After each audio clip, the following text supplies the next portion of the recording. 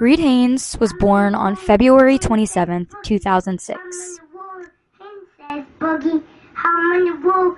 My name's Kid Walk. Reed Haynes took his own life on January 18th, 2023. He was 16 years old. Today, Misty Spadafora, Reed's mother, lives in Weirton, West Virginia with her parents as she navigates life without her son. Could you tell me about the day that Reed was born? February 27th. That was a day. It was a scheduled C-section, and the C-section went well. Everything went well, but Reed aspirated and ended up with pneumonia and spent 11 days in the hospital. So he was born a fighter. Yeah. Could you tell me, if you feel comfortable, how you felt the day Reed passed away? The worst I've ever felt in my life, and I still feel that way. Okay. Could you tell me about Reed when he was little and just how he was? Reed is like the Energizer Bunny. He just kept going and going and going nonstop. He was funny and very smart. He was, back in that day, they would have diagnosed him with Asperger's. Now it's high functioning autism, maybe. Could you tell me about how he was as a teenager? First off, he's always been good to me. Like, he didn't matter how old he was, he always told his mama he loved her and he didn't care who was around. He was kind and had a really big heart, and he wanted everyone to be happy. He didn't want anybody to feel depressed or sad, and so he kind of made it his goal to make people around him happy. Could you tell me a little bit about the Tarzan Project, how that came to be? Well, one night I was woken by something at 3 o'clock in the morning. I'm gonna go with God, and told to watch TV.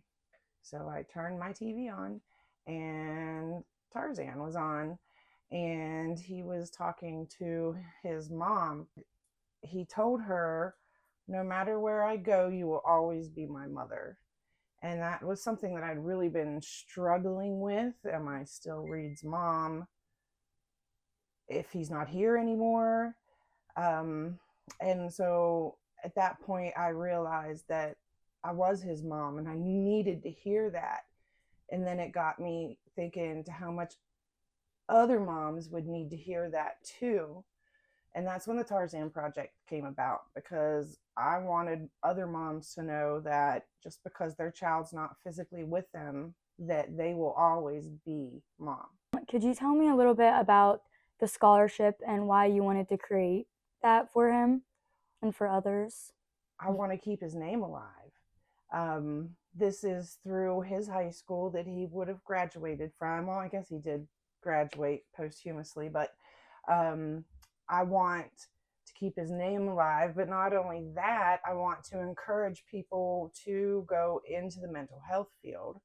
So his scholarship will always go to someone that is going into the mental health field. Yeah. Could you leave anybody, any other mothers who are going through the same thing as you, if you want to leave them with any words of encouragement or anything? I always tell all his friends this.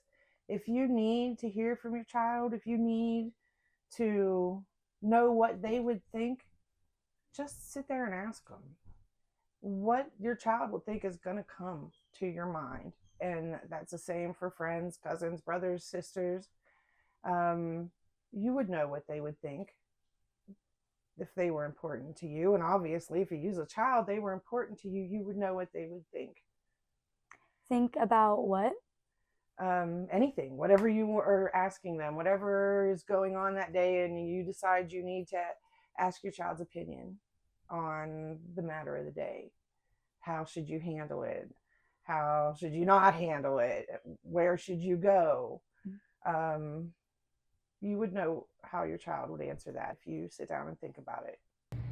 In memory of Reed Haynes.